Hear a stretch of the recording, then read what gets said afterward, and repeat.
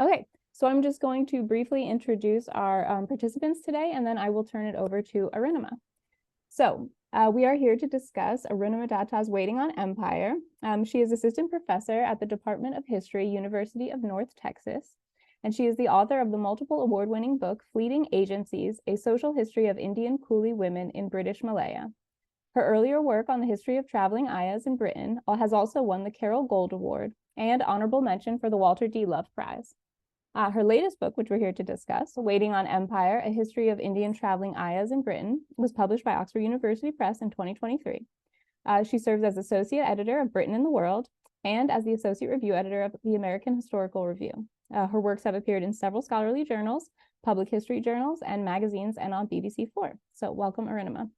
And she'll be joined today in conversation by Heather Street-Salter, Priyanka Zylstra, and Laura Tabili. And so I'm just going to briefly introduce them and then turn it over. So Heather Street-Salter is professor and director of world history programs at Northeastern University in Boston, Massachusetts. She received her PhD in history from Duke University in 1998. She's the author of World War I in Southeast Asia, Colonialism and Anti-Colonialism in an Era of Global Conflict, and Martial Races, the Military, Martial Races, and Masculinity in British Imperial Culture, 1857 to 1914. As well as Traditions and Encounters, A Brief Global History with Jerry Bentley and Herb Ziegler, and Empires and Colonies in the Modern World with Trevor Getz. Her next project is called The Shanghai Agents, Global Communism and Anti-Communism Before the Cold War. We also have Priyanka Zylstra, who is a PhD student in the Department of History at the University of Illinois at Urbana-Champaign. Her research explores how women of South Asian descent in the 1970s and 80s Britain resisted forms of racialized and gendered state violence, labor exploitation, and domestic violence. Her project reveals how seemingly disparate sites of violence mutually asserted and reinforced productions of race, gender, and belonging. She has presented at several conferences, including the Annual Conference on South Asia and the National Women's Studies Association Annual Conference. And last, we have Laura Tabili, who is professor of modern European history at the University of Arizona. She has authored books and articles about migration to Britain from the colonies and from Europe, interracial and exogamous marriages, racially segmented labor markets, and masculinity, including Global Migrants, Local Cultures, 1841 to 1939, Natives and Newcomers in Provincial England, 1841 to 1939, and We Ask for British Justice, Workers and Racial Difference in Late Imperial Britain. She's currently at work on a book about colonized seafarers and others in interwar Britain, tentatively titled To Get My Living, Colonized Migrants and Their Networks in Interwar Britain. So welcome to everyone. And with that, I will turn it over to Arunima. Thank you so much, Amanda. I'm going to share my screen. Could somebody just give me a thumbs up if they can see? Okay, perfect. So thank you to NACBS for hosting this and the audience for joining at this time of the semester. But I want to especially take this opportunity to thank Amanda, Laura, Priyanka, and Heather. The work, Waiting on Empire, is a work on the unseen labor history of these women. And this is a labor that you are giving me at this time of the peak semester time, so thank you so much. It's also an honor to present in the Women's History Month. I know it's ceremonial, but nevertheless, it's Women's History Month, so it gives me an honor to share this work with you all and try to do some justice in the pages of history which have frequently denied or silenced, if not erased, these women's histories. So I want to start with a little bit of the in the beginning story and how I got introduced to these incredible traveling Ayahs. I was finishing my first book on Indian Coolie women in British Malaya, and I was struck by this figure of an Indian Coolie woman who was forcibly being retired from her tapping job because she couldn't tap properly. Her eyesight was giving way. And then she was taken away from that tapping job, but recycled into labor to become the child's nanny, the planter's child's nanny. And when the planter traveled with the family from Southeast Asia, she travels along to Britain. But then she gets abandoned and she tries to find a way back home to India. And, the story goes on. I go into this rabbit hole and I try to find if there are other cases. And to my surprise, there were hundreds of these traveling Ayahs cases in the archives.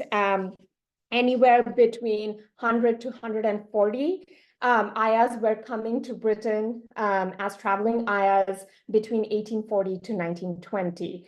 And in this book, after doing research in 7 archives, I've looked at sound archives, passport archives, ship manifests, coroner reports, newspapers, ship blueprints, personal letters, and I've only been able to do a little bit of their history. So a lot remains to be said and done.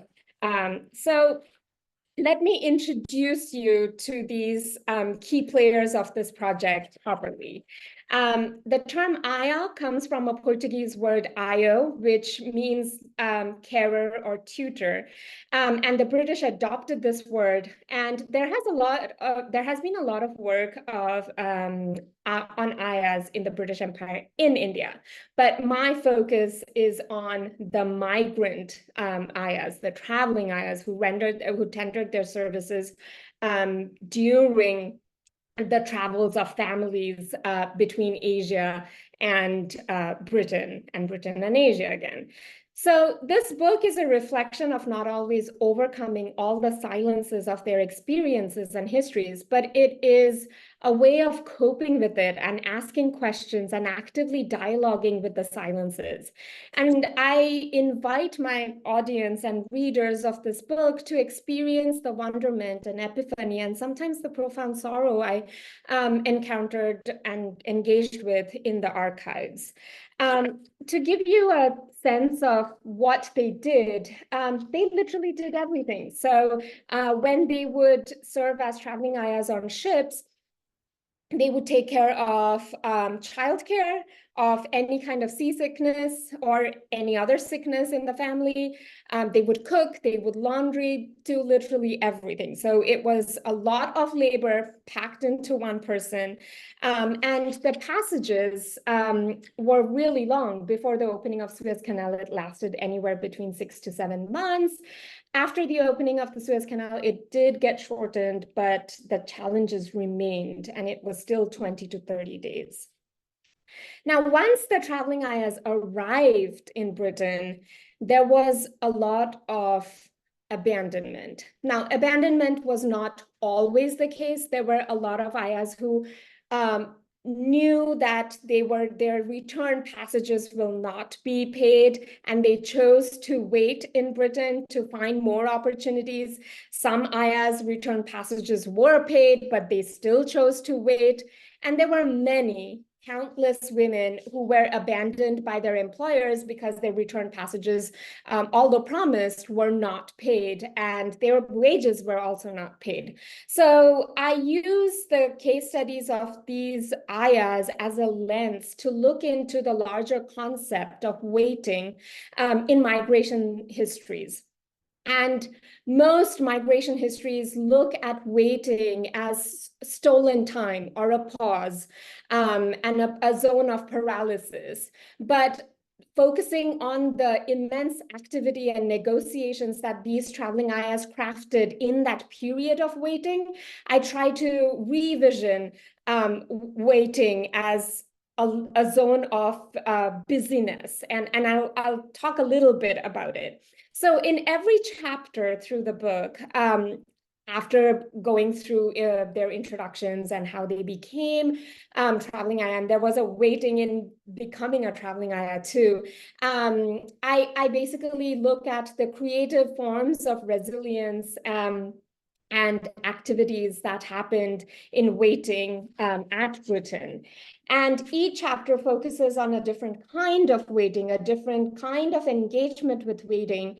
But all the chapters, even with their different experiences, echo each other because they reflect the constant negotiations and activity in waiting, and in that way gives back the verb, the meaning of the term waiting, which is linked to the verb, the doing, instead of just sitting there and being passively subject to the power dynamics in which people waited.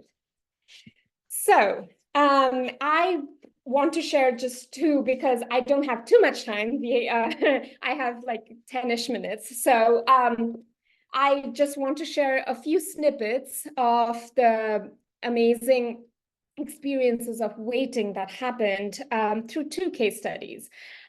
So Carolyn Pereira was a traveling ayah who had traveled several times. Some of these ayahs traveled anywhere between 40 to 54 times even back and forth. So you can just imagine how many months and years they would have spent on the high ocean.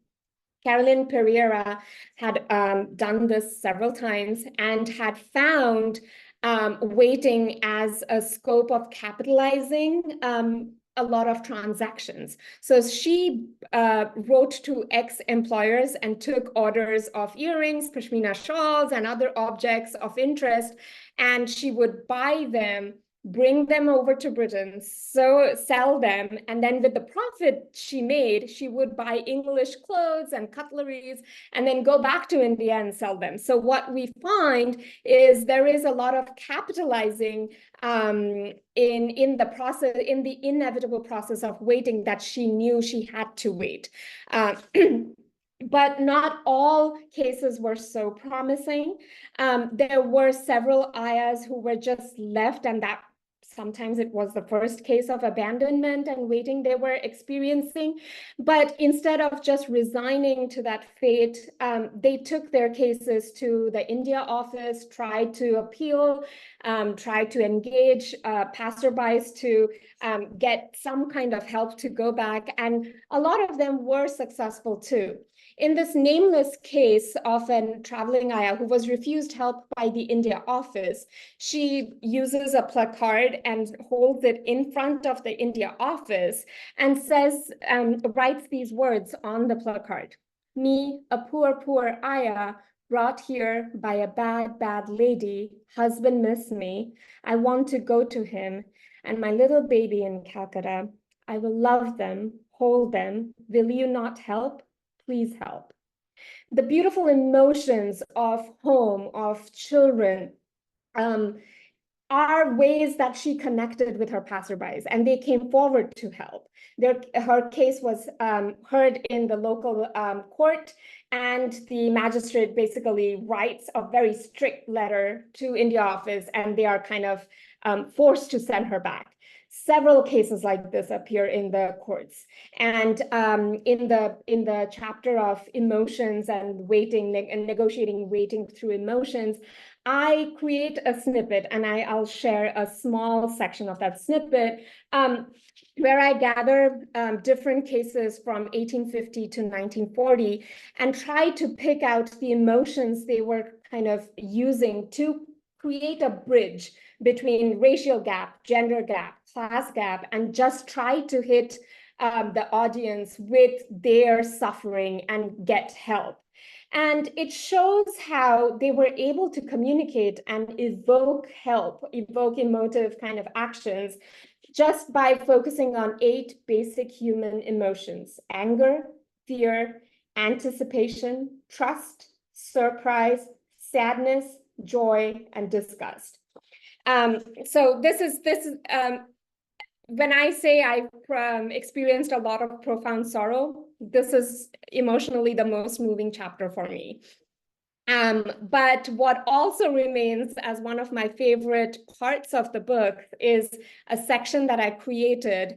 It's called the profile. So after the conclusion, I have created an archive, so to say, of all the traveling ayahs that I encountered, 127 of them, through their passports. And then I tried to trace their several journeys after the passport was issued. And I've given them a section. Every ayah has a separate page to do justice to their voices and their identity, which in other archival sources have been wiped out. So that remains as one of my favorite sections.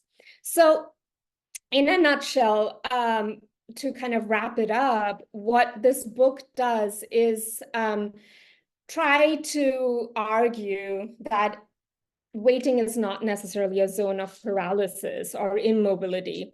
Like Paul Corcoran has argued, an anxious hunter waiting for his prey, necessary for his own survival, is in a precarious situation, but his waiting is an active act of preparation and is full of possibilities. These ayahs are much like the hunter in Corcoran's case, and they exhibited preparedness, resourcefulness, and endurance in negotiating precarity and pursuing their aims. As the cases in this book exhibit, waiting is a zone of action and active engagement where the acts of waiting and acts performed while waiting transcend the temporal dimensions. While undeniably there were precarities associated with waiting, it also carried possibilities and potential for action and connections. So this work suggests conceptualizing waiting not as a zone of paralysis, as a zone of inaction or passivity, but rather as a zone of action, as a zone of appearing, as a zone of becoming, and lastly, as a zone busy with negotiations. Thank you. Thank you so much, Arunima. And now we will turn it over to Heather, if you'd like to go ahead. Great. Can everybody hear me? Awesome. Okay. I've tried to be brief because I know that people are going to have questions. So hopefully I will not quite use up all my 10 minutes, but thank you so much, Arunima, for inviting me to talk about this book. I loved it. I really think it's just a truly excellent work on a group that's been virtually invisible until now. What I think is important is that it's about both the traveling ayahs and what they did, but also that particular focus that Arunima takes on the periods of waiting that marked the times between their journeys. So I'll say a little bit about the ayahs and how that struck me, and also then about the waiting. So for me, the focus on ayahs is so important because we get a detailed look at one of the groups of people who, like a lot of groups near the bottom of society, helped the empire actually function by taking care of one of the most precious commodities of the imperialists, which was, of course, their children. What I really loved about the treatment of the ayahs in this book is that Arunima treats each one to the extent possible, and it's not always possible to know very much about them, as she tells us with a lot of detail, but she treats each one as an individual with agency, painstakingly reconstructing what is known about their stories, making sure we see their faces, telling the snippets of the stories that we do have. She was just talking about the appendix with the profiles, but going through that section with the 127 photographs of the women, of what's known about them, of what she could reconstruct, many of whose full names are not recorded, but their humanity becomes truly visible to us. And I love how she makes this invisible group become so visible. I also love the tables because they put the cases in juxtaposition with one another, so you can really see how they correspond to one another, or how they're different, how they're the same. I think we see a lot of what we might expect if we're used to looking at history from below, which is that ayahs were not victims, which Arunima is very adamant about and careful to document, that they were resourceful, that they had strategies, that they took action on their own behalf, even when bad things did happen to them. And I was also really impressed about what could in fact be learned about them. I mean, in terms of individuals, but also just as a group, like how many of them had no children, which was surprising to me. What their religions were and how many of them were Christians, what their literacy status was, and where they were from in India, which is everywhere. So I just thought that the treatment of the Ayahs was just remarkable.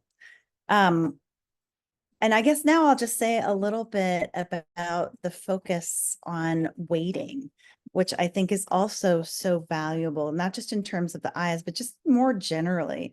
Because it seems like waiting is something that we need to understand or pay attention to more about all sorts of groups in this period. It kind of reminded me about the way that Roger Eckert's work on the history of sleep made me think that this is like such a huge and important part of people's lives in the past that we just usually brush over as historians so that we can talk about the stuff that happened. And I love the way that Arunima takes waiting as stuff that happened. So I was thinking, as I was thinking about the Ayahs and what they were going through with their waiting or what they were doing when they were waiting, I was also thinking about a group that's familiar to me, which is soldiers, both British and Indian, who also waited all the time. They waited to go, they waited to get somewhere, they waited to fight. And it just made me realize the importance of refocusing on these seemingly unimportant intervals between when stuff happened. And I think this book is just an excellent example of the kind of analysis that can emerge when we do this. I love the fact that some of them engaged in these entrepreneurial practices. I think you talked about Caroline. She really struck me as a really interesting person, but just more generally that the period of waiting was not just wasted time, but this was active time. This was busy time. So I just have a few questions or comments, I guess, that I think, if you don't have time to talk about them today, then maybe at another time. But I was curious as a world historian, and I know this was not the subject of your book, but I was very curious about whether or not you have any idea if this kind of thing with the traveling ayahs was a phenomenon on voyages between the French colonies and France, especially maybe Indochina, and or the Dutch East Indies, and if any work has ever been done on this. I'm gonna guess no, but I just wondered. Then another thing that struck me in the book, and you didn't discuss it much, I imagine, because there's no evidence, but I just wondered, you talk about the contacts that the Ayahs made. It seems to me, I'm sure that they must have gotten a lot of information about what to do and how to go about things from each other, both in India, but also then, especially in the Ayah's home. And I wonder if you could say a little bit about this. Then I also wondered about the number of Ayahs from other locations. You mentioned this briefly, that there were some people from Malaya or China, and I wonder if there's any way to know about the numbers. I know you said that Ayahs from India by far dominated, but I was just curious. And then I guess one last comment, which is before I read the book, I was kind of thinking that we were going to hear a little bit more about actually caring for the children on these trips. And I was very surprised that almost was never in there. Like, and I get it now because that wasn't really the focus, but I wonder also, maybe you also have no evidence, except in extreme cases when something tragic happened or something like that, about, I don't know. I just, as child care givers, I just thought it was interesting that there was very little childcare in the book, and I wonder if you would say something about that. And that is really it for me. Thank you so much, Heather. In the interest of time, we will turn, Arunima will give you a chance at the end to address all of that, but we'll move on to Priyanka if you want to go ahead. Wonderful. Thank you so much. So first, I'd like to thank Arunima and NACBS for this opportunity, and I've really enjoyed revisiting Waiting on Empire. Just to talk a little bit about what I really appreciated about it. It brings so much to the fore and takes seriously so much that's often overlooked. In offering a history of traveling Ayahs in the British Empire, Arunima brings forward these women as complex agents navigating the daily contours of empire. She illustrates how mobile South Asians are both part of British history and South Asian histories, and she also pushes us to engage with waiting in migration histories as a valuable and vital space for analysis. Waiting on Empire makes several contributions to the field of South Asian history, British history, and labor histories. I think one thing I'll emphasize too is there's this disruption of male-dominated narratives of migrant labor and a taking seriously of the intimate labor and care work that these traveling Ayahs engaged in. As mentioned, right, there's also this shift in temporal focus in migration studies by considering waiting as an active moment that's integral in migration histories, just as integral as perhaps the moving of bodies across time and space. It's also those moments that might seem static, but are really fraught and packed as a social, political, and economic experience that Arunima shows as rich for historical inquiry and analysis. There's also extensive and really impressive archival research. So, there's a centering of traveling Ayahs and their labor histories by attending to those archival traces and really finding where the traveling Ayahs are in these archives, even when often they're left at the margins. And by centering these women, we see there's such a significance of South Asian migration and women's care labor in both South Asia and British history. And, as mentioned, we really see how traveling Ayahs were vital to empire's everyday function and also how the power relations of empire were daily enacted through these women's experiences. So for me, I feel like the most critical contribution is how Arunima recognizes traveling Ayahs not as passive actors, right? But how traveling Ayahs asserted their rights, negotiated their positions, and did this through interactions that we see, at least in the archives, with colonial employers and imperial administrators as they navigated these gendered, racialized, and classed imperial hierarchies. And there's a recognition of these women, right, as complex agents who responded to their labor conditions in multiple ways. And unfortunately, I often encounter scholarship that casts South Asian women merely as victims of imperial or state structures, and too often they're written as passive subjects in histories. And Arunima has long attended to understanding agency of South Asian women in various contexts, and Waiting on Empire is a really great example of how scholars can account for demonstrations of agency in vulnerable and precarious positions. And, I think I'll also gesture towards this, the profiles at the end of the book are remarkable. I think they show how you've taken these women's voices that are largely absent and really pulled together the traces and found a substantial history and allow the individual stories to emerge with such care.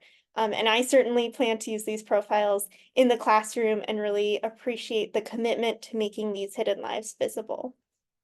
And I also greatly enjoyed in that third chapter, the use of emotion as a lens to examine the archive, which follows from Sarah Ahmed's call to examine emotions in the archive by what they do. So through that, Arunima shows us how traveling Ayahs used emotions around home and family and motherhood in attempts to, negotiate, perhaps find a way home, get coverage for their fare back, right? And escape from challenging situations. And I think this chapter models such an important analytical approach that examines emotion in the archive, and one that's often skipped over by historians. So Waiting on Empire propels us as we continue forward in scholarship to remember these women and attend to those spaces of waiting, how waiting remains a key intervention and a space to consider the exertion of agency in negotiating with spaces of vulnerability, especially in unique social situations. So I specifically approached this work as a scholar of global South Asia, with my own research centering South Asian women in Britain, though at a later period. So it's from this position that I really appreciate this work, not only for its valuable contributions to migration histories, its impressive archival work, attending to these women's voices, but I especially appreciate it as a global South Asian women's labor history. Arunima provides a history of South Asian women's labor that moves beyond the geographic borders of the subcontinent, with particular attention to those circular migrations, as mentioned, not at all static in those moments of waiting, but filled with negotiations and encounters that are a rich history, and, provides an excellent critique.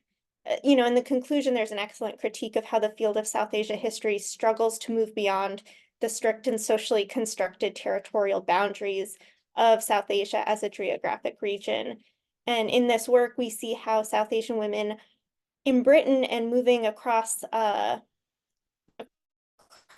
beyond these boundaries are a part of South Asian history. But especially in that 6th chapter, I just want to bring up, there's looking at traveling Ayahs in European countries outside of Britain, and how Ayahs were sometimes employed by British families traveling to other parts of Europe. And those cases provide a new dimension of this history.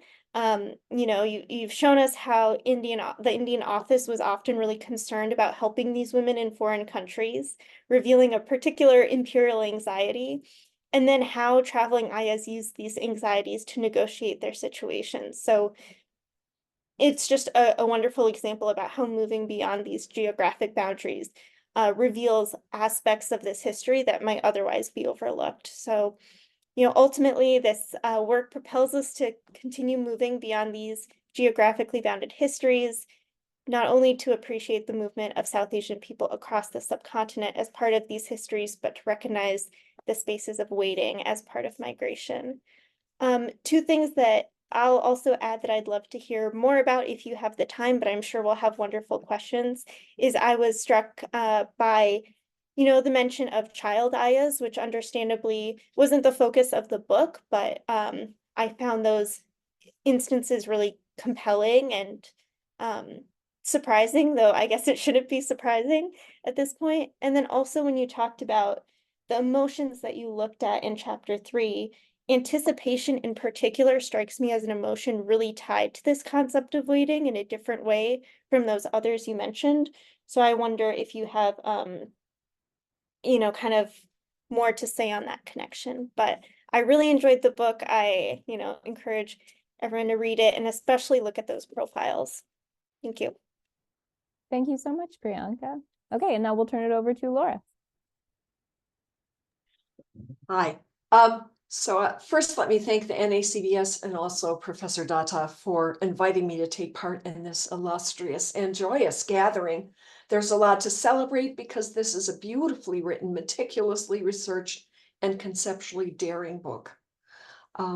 It makes path-breaking interventions into several intersecting fields of history, which, of course, the other 2 panelists have already mentioned, in its subject matter, in its method, and in its interpretation. First of all, it embodies a major contribution to labor history, as Priyanka told us. Waiting on Empire, as far as I know, is the first book, but not only the first book, the first really sustained scholarly treatment of Ayahs, right? The most visible group of colonized women workers in Victorian Britain. Second only to South Asian seafarers, or Lascars as they were colloquially called, in their visibility and most likely their numbers, but since we have no numbers. As such, the book makes a substantial contribution to the history of working people in Britain. It begins to fill a long-standing need for histories of colonized women workers before the post-Windrush migration of women from the Caribbean to work in the NHS, and even they are not particularly well served so far.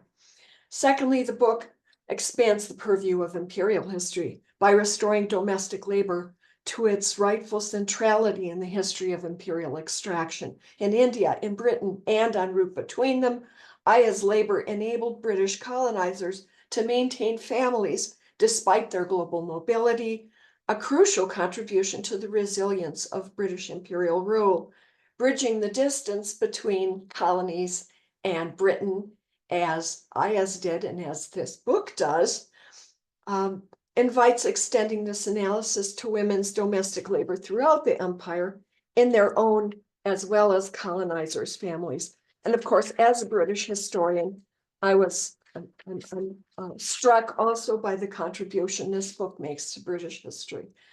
It enhances our understanding of the diversity of Britain's population and the British working class, offering incontrovertible evidence about workers' global mobility and origins.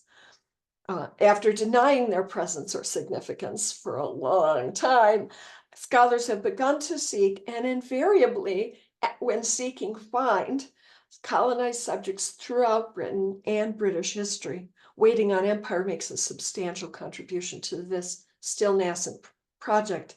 Waiting on Empire also constitutes an important intervention into gender history.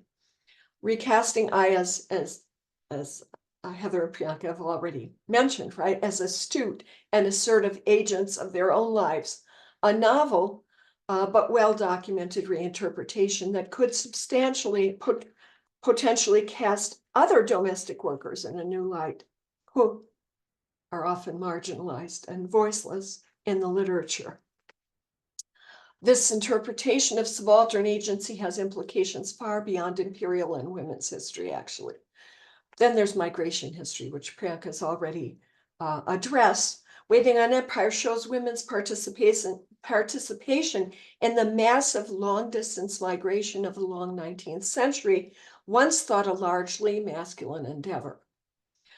Locating Ayahs on the majority of ships leaving India, for Britain, Waiting on Empire begins to uncover women as trans-imperial and transnational migrants, opening another new path for scholarly exploration. This book opens several new paths for scholarly exploration. In fact, Waiting on Empire shows that what little we thought we knew about Ayahs was completely wrong in nearly every respect. Ayahs hitherto have been depicted in secondary literature, if acknowledged at all, as pitiable, downtrodden victims of heartless employers who brought them to a strange land and then cast them out to fend for themselves. Now, there's some truth to this, right? Some of the many rich stories, including the one with which we started, Professor Datta started, conform in some details to this prevalent narrative, but Waiting on Empire recasts traveling Ayahs on the contrary as, again, I'm repeating what others have said, so I'll try not to repeat too much. Knowledgeable, enterprising, resourceful, skilled workers who could turn the tables on feckless employers and adroitly enlist the state and other entities. First of all, traveling Ayahs identified as professionals who specialized in accompanying British families home to Britain. And this distinction is, I don't think, present in the literature at all, certainly not in the British literature. More broadly, Professor Datta compellingly observes that waiting has come to pervade the experience of migration. And that, I think that's a very astute insight. But she also shows waiting Ayahs proved anything but immobilized or passive by re-theorizing waiting as an active process, as both of our previous panelists have taught. Ayahs stranded in Britain found ways to advance their interests, press claims to rights, while waiting for powerful entities to act. They deployed their waiting time productively, entrepreneurial activity, improving their education, positioning themselves advantageously for reemployment. Further, they recognized and used their essential services as leverage over these more powerful entities. Further, the book interrogates the motives of self-styled advocates, exploring how the Ayahs homes, which represented themselves as charities and were so represented in the literature, were in fact instead competing for and exploiting Ayahs as both residents and clients. The book illuminates Ayahs' survival strategies, their successful negotiation with prospective employers, the courts, and advocates despite their structural disadvantage. Ayahs defended themselves against exploitation and abandonment by going to law, by appealing to authorities, presenting themselves strategically, in fact, as pathetic, right, to get some action. They ably, in fact, negotiated with the state, with charities, and with employers. This is a particularly impressive achievement given, as again, our other panelists have noted, the really fragmentary traces surviving in the historical record. Confronting the significant methodological challenges of retrieving the lives of her underdocumented subjects, Professor Datta's pieced together stories of numerous traveling Ayahs recovering their agency and humanity by reimagining this archival evidence through their eyes. And what an astonishing array of evidence. The appendix, and I too must refer to the appendix, containing the stories and most remarkably names and photos of painstakingly researched Ayahs, restores them to the record, as others have already said, as fully human, rounded individuals through really innovative analysis of passport data. And just my last book, I had thousands of historical subjects, and I had pictures of 2. But that's not all. Moving beyond these individual stories, the book offers a trenchant structural analysis of the intersection of gender, colonization, imperial labor relations, and the labor market, all of them on a global canvas. Finally, Waiting on Empire confronts the profound and disturbing resonances with contemporary concerns about the displacement of childcare and other essential functions, right, to migrants and other marginalized workers, which of course emerged during the pandemic, although certainly remains unresolved. Acknowledging the imperial dynamics, consigning some to wait, and also their subversion, Waiting on Empire challenges much of what we thought we knew, while bringing an important group of colonized women workers from the margins to center stage. It deserves the widest exposure and celebration. Done. Thank you. Thank you so much, Laura. Thank you to everyone for those wonderful comments. Before I give you a chance to respond to them, we'll let Arunima have a few moments to respond, but then if you want to ask a question after that, to either raise your hand or to drop it in the chat, and then after we've had a chance to respond, we'll move to those questions. So, Arunima, would you like a chance?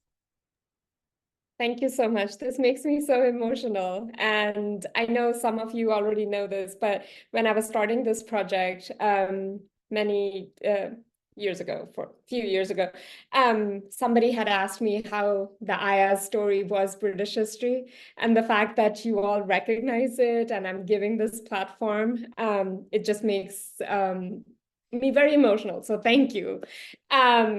To quickly, I don't know if I'll have enough time to go through all questions, but because I want to get questions from the audience too, I'll quickly pick a few things that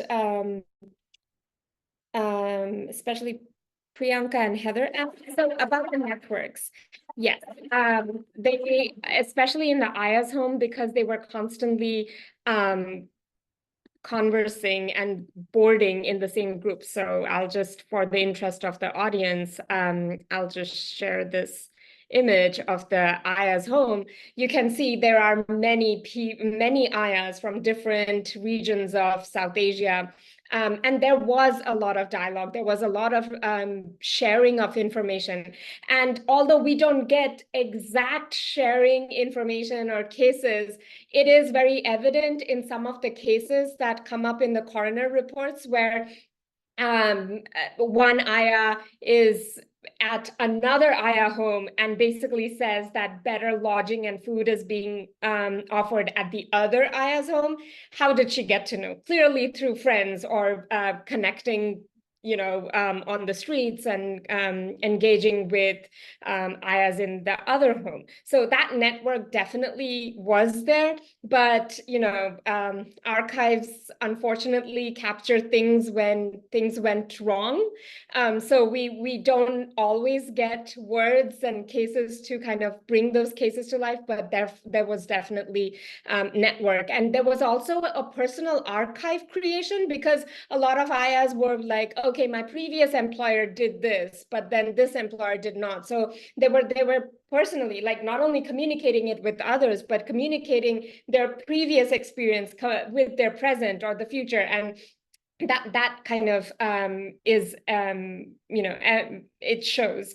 About child care, yes, they did, and it's visible in the paintings and all the pictures that we have, but there is no word of it, right? And that is something that is frustratingly, silent, because there are some letters where you kind of find, oh, I have fond memories of the Ayah, but then what was the Ayah doing that made you fond of her? What like the mothering care was absent from a mother, but the Ayahs was that we can kind of deduce from that. But again, it's something invisible, because care labor kind of just went unacknowledged unless things went wrong.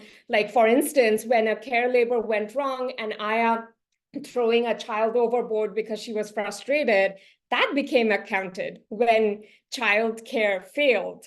But when it went well, it barely gets recognized. Or having opium under the nails, that gets recognized, right? Priyanka, to your question about child Ayahs, yeah, they were actually mostly playmates, taken as playmates, but in the carelessness of the people who recorded the ship passages and passage slips, they just said, oh, she's a minor child. And then, definitions of minor and child also changed, but minor, child. And what is she going as? Oh, as a servant or some kind of, or her mother is going as an Ayah and she's going as a, a dependent. We'll just put her as an Ayah, right? But mostly at the age of 4 or 9, you are not caring for others. You're caring for their playtime, right? So that's the kind of care labor they performed as a minor, not in the way that their mothers would have. But there were also a lot of child Ayahs. I found like 2-3 cases where the Ayahs were pregnant when they started their journey, and then they had kids. And some of one case was where the child was kind of just lodged as a child Ayah. And I'm like, there is something wrong. This child is just born. How can this child just be an Ayah, right? So it just shows the irresponsibility of those who recorded these archives, and how they recorded them. Yeah. Great, thank you so much. Okay, so at this point, I'd love to open it up to the audience. If anyone has any questions, to either raise your hand or drop the question in the chat.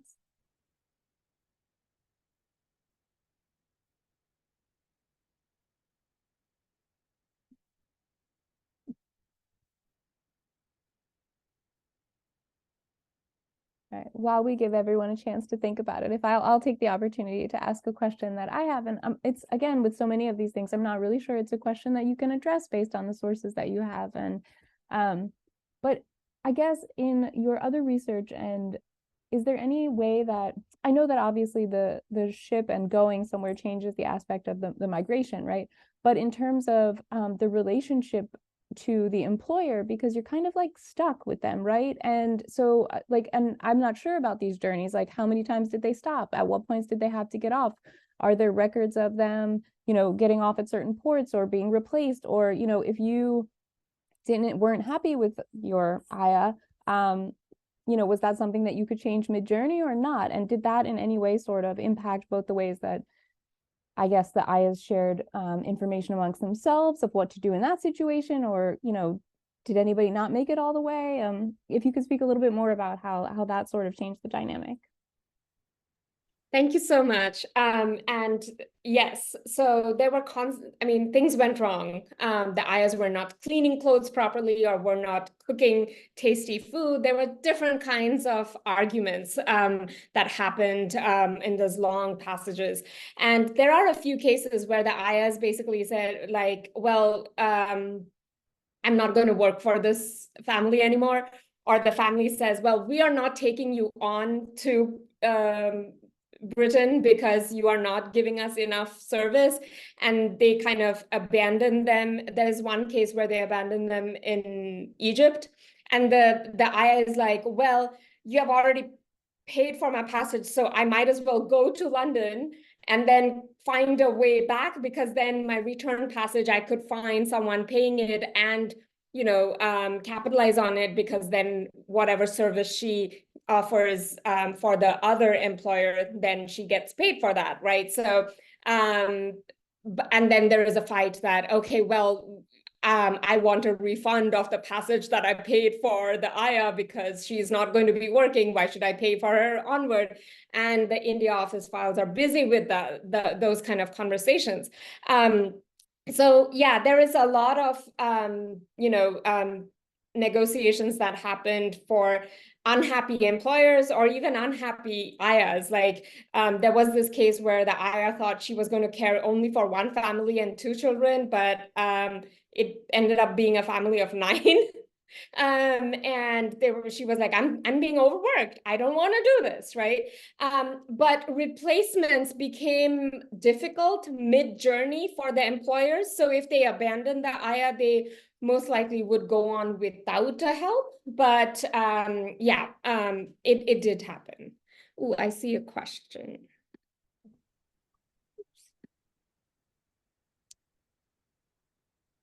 Sure, we've got a question from Michelle. I'll just read it out for the congratulations, Arunima. I'd like to teach this book in my transnational seminar next fall. Can you talk a bit about how we think about British and South Asian history as transnational history? Yeah, and it's not just South Asian history and British history, but it's also, I think, through focusing on these South Asian labor migration histories, it gives us an opportunity to do world history through South Asian, because a lot of world history, especially in the British Empire context, has been done as the empire moves to the colonies, and then there is this, but the counterflow, although we know there was so much counterflow, that kind of multi-directional conversation and traffic isn't really captured. And a lot of things, like in terms of be it shampoo, be it curries, and all these, currently you think of this whole fad of golden milk, which is haldi doodh, which is something the Ayahs would constantly prepare for the children who would become sick with fever or cold on board, is something, so fashionable in Britain, but it was brought in through these Ayahs, and it is as much British history today as it is South Asian history. And I think it gives us a chance to break down those boundaries, which for long has made us look at in these regional histories, be it British history or South Asian history, as inward looking. And it allows us to look at the outward connections and break down these borders which define these regional histories. I'm not saying regional histories should not exist, but I think figures like this, migration histories like this, allow us to have conversations which have happened across various regions, and allows South Asian history a citizenship in British history that unfortunately till today becomes questioned sometimes, even after, I'm not citing my political views here, but even after Rishi Sunak, there are questions about how much South Asian history is going to be recognized as British history. And I see it personally, I see it in the classes I teach, I see it in the presentations I give. So I think histories like this allow us that dialogue in transnational history as equal partners with British subjects and South Asian subjects. So yeah. Sure. And then Jonathan, you have a question? Sure, thanks. Thanks so much for the presentation. I'm really looking forward to reading the book. My question's a little vague because I haven't read the book yet, but it's inspired by something you said, as well as that photograph that you showed toward the end from London, where you sort of emphasized that that Ayahs coming from quite different places could encounter and potentially live with one another in London. And it reminded me of some work about anti-colonial nationalism and London and Paris as kind of port city meeting points. So I wondered if you had material or were able to draw some conclusions about what about interactions along those lines and what I thought of London, sense of home in London, or just this other way of seeing the city too. Yeah. Thank you so much, Jonathan, for that question. So yes, anti-colonial nationalism in Britain does come out, especially in that chapter in Emotions and so on, where the Ayahs are constantly reminding India office that something needs to be done for us because we are rightful British subjects, right? And there is this Indian person with very few at that time, right, in the India office, who basically claims that something needs to be done for these Ayahs or else, and almost reminds the Crown and the India office that unless something is done, they are increasing so much in number that their grievance and their cases are going to latch on to the problems and the push for justice from the Lascars. And it could become a reason for loss of a colony, right? Syed Hussain Bilgrami makes this claim. So you get to see this care labor becoming, that empire refused to acknowledge as labor, right? Because it's not public space and it's in private space, becomes this very public debate about whether the empire is going to sustain itself and who is a citizen. So that there is definitely that dialogue happening and extending even in the labor, the care labor sector. Thanks so much. I think we have time for one more quick question if anyone has one.